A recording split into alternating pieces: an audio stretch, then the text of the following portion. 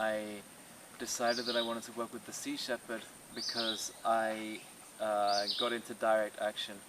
Um, on the 31st of May 2013, Jairo Mora Sandoval was killed, who was a conservationist that protected the leatherback sea turtles here in Costa Rica, all over the country, and he's from this village, and I work closely with his family now.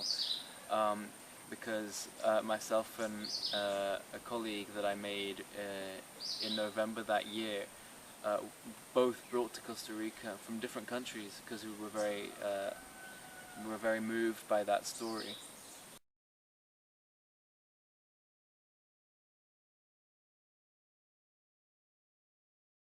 And the Sea Shepherd to me seemed the most active organization in terms of wildlife conservation and preservation. And so I was working through them, and I met David Clow, who's quite a well-known activist in North America. He's from Canada. He's spent a lot of time exposing the tar sands.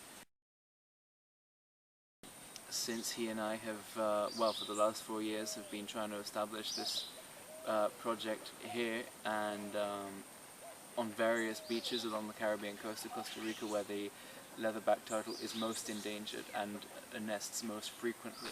And it's all about bridging a gap between poachers and conservationists, which was previously a battlefield. That's been the case for about 30 years. And it's all because there are few organizations that go in and pose as conservationists, and maybe they do have the expertise and they have the biologists and they have the knowledge that we admire, but a lot of these groups pocket volunteered tourist dollars and don't put it back into the communities, and so the poaching continues. And we don't work for money. We are just here because what else are we going to do with our lives? Just sit back and let this happen? We hope we can gain the trust of these people. That's our main challenge.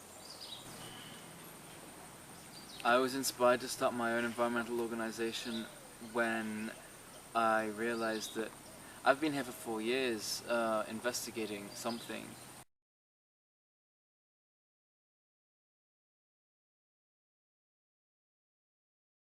When you realize, you come to the realization that there's no one left doing the protection that you want to do, well, there's no other choice. You have to make your own organization.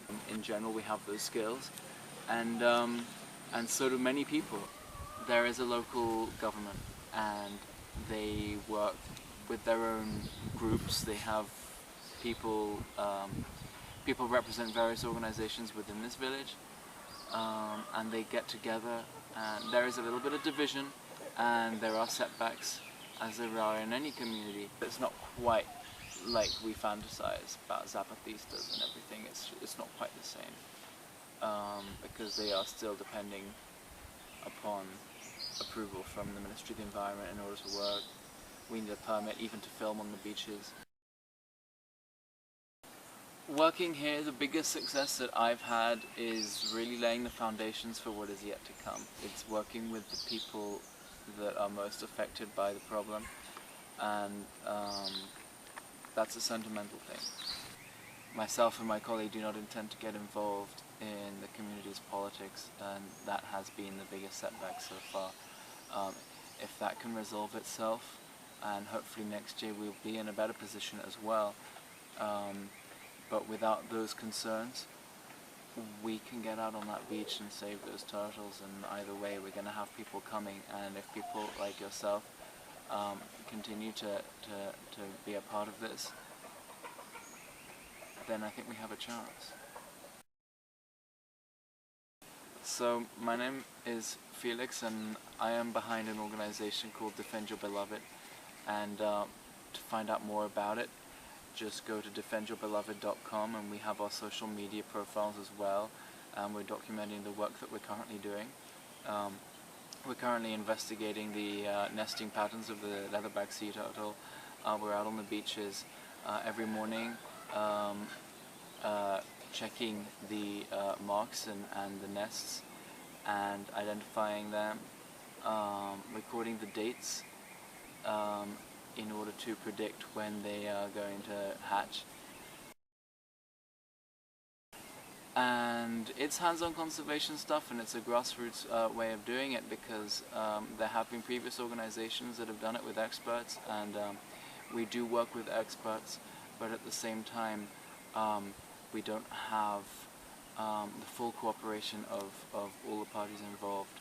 On this occasion we're having to work from scratch with the local community because there is no other way.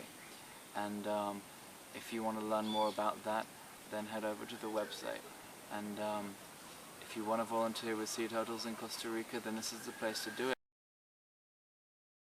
And coming here to Gandoca or to Pacuare or to one of the other locations where we are working provides you an opportunity to actually give back to the people that depend on this resource, as opposed to some other third party.